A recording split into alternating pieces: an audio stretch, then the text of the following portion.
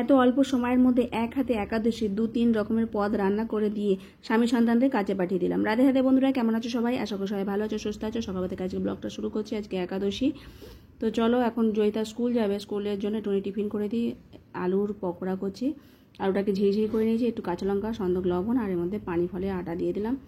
বেশি চটকাবো না, হালকা করে একটু মাখা মাখা মতো করে নিয়ে কড়াইতে বাদাম তেল দিয়েছিলাম, তার মধ্যে হালকা করে চাপছি না, ভেজে নিচ্ছি। মুচমুচে ভাবটা হবে, ভেতরে নরম ভাবটাও থাকবে, ক্রিস্পি ধরনের হবে। তার সাথে দুটো সাবুর পাঁপড় ভেজে দিয়েছিলাম, কিন্তু ভগবানকে দেবার পর ওকে দিয়েছিলাম, ও শুধু কয়েকটা আলুর পকোড়াই নিয়ে গেছে, আর কিছু খায়ও নি, নিয়ে যায়নি তেমন।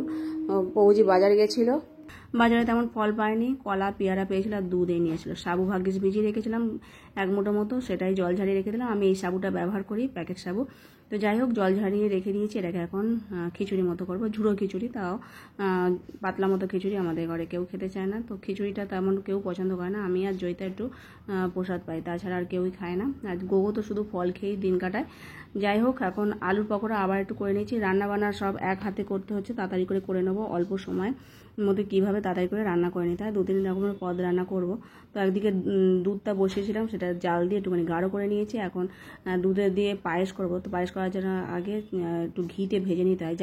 যা কিছু আলুর পায়েস, পেঁপের পায়েস, গাজর বা লাউয়ের পায়েস যাই হোক না কেন, সব একটুখানি ঘিয়ে ভেজে নিয়ে তারপর দুধে ফোটাই। আর দুধটা আগেই আমি দিয়ে রেখেছিলাম, জাল দিয়ে গাঢ় করে নিয়েছি। আর একটুখানি এলাচ গ্যাসের ধারে দিয়ে দিলাম, ওটা গরম হয়ে গেলে গুঁড়ো করে পায়েসের মধ্যে দিয়ে দেবো। আলুর পকোড়াগুলো এরকম হয়ে গেছে, একটু ছাড়িয়ে নিচ্ছি, ব্যাস হয়ে গেছে। মুচমুচে খুব সুন্দর ক্রিস্পি ধরনের হয়। আর এদিকে সবজি বানিয়ে নিয়েছি, বেশি কিছু নয়, অল্প একটু করে সবজি দিচ্ছি।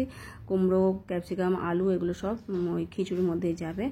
আর হয়ে গেছে সব কিছু, খুব চটপট করে রান্নাবান্না করে নিয়েছি। এদিকে পায়েসটা হয়ে গেছে। কাজু, কিশমিশ, একটুখানি সিঙ্গারা আটা গুলে দিয়ে দিই, একটু গাঢ় মতো ভাবটা থাকবে। আর মিছিয়ে দিয়ে দিলাম, এলাচটাকে গুঁড়ো করে দিয়ে দিয়েছি, ব্যাস নামিয়ে রাখলাম। আর এখানে বাদাম তেল দিয়ে জিরে ফোড়ন আর একটুখানি সন্দক লবণ দিয়ে দিলাম। লবণটা আগেই দিই, যেহেতু সবজি দিলেই তেলটা ছিটকায়, সেই জন্য সবজিগুলো সব ভাজা ভাজা করে নেবো। এর মধ্যে সাবুটা দিয়ে তারপরে ফ্রাই করে নেবো, ঝুড়ো ঝুড়ো খিচুড়ি ধরনের হবে। ব্যাস ভাজা ভাজা হয়ে গেছে। এখন এই সাবুটা দিয়ে দিচ্ছি, বেশি বললাম না, অল্প একটুখানি করছি। আর সাবুটাও অল্প পরিমাণের মতোই ভিজিয়েছিলাম। এটাকে হালকা এদিক ওদিক নেড়ে চেড়ে নামিয়ে নেবো, খুব সুন্দর হয় ঝুড়ো ঝুড়ো খিচুড়িটা।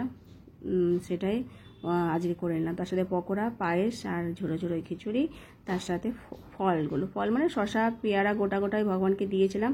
বেশিরভাগ আমি একাদশী দিন ফলগুলো গোটাই রেখে দিই। গোগো কলেজে নিয়ে যায় বা ঘরে থাকে, সবসময় তো ফল খাওয়া হয় না, তো সেই জন্যই গোটাই রেখে দিই, ভগবানকে সেই অবস্থায় সেবা দিই। আর কিছু ফল এই থালার মধ্যে দিই। তো ভোগ নিবেদন হয়ে গেছে, গোগো এদিকে কলেজে চলে যাচ্ছে, প্রভুজি আবার কাজে যাবে। তো ঝটপট করে তাড়াতাড়ি করে রান্নাবান্না করে নিলে সুবিধা হয়। তো এই দেখো, এখন প্রভুজি আর আমি প্রসাদ পেতে বসেছি, ওকে দিয়ে দিলাম। আর আমি অল্প করে নিয়েছি, এখন প্রসাদ পাবো। তো সকাল থেকে এই হয়, তবু আজকে মানে খুব অল্প টাইমের মধ্যেই প্রসাদ রান্না হয়ে গেছে, ভোগ রান্না হয়ে গেছে। এখন প্রসাদ পাই, তারপর বাদবাকি কাজকর্ম সারবো। এটা হলো দুপুরবেলা। কদিন ধরেই প্রভুজিকে বলছিলাম যে তরমুজ আনতে, প্রভুজি আবার তরমুজ কেটে নিয়ে আসে না, গোটাই নিয়ে আসে, কাটা ফল নিয়ে আসবে না, সেই জন্যই।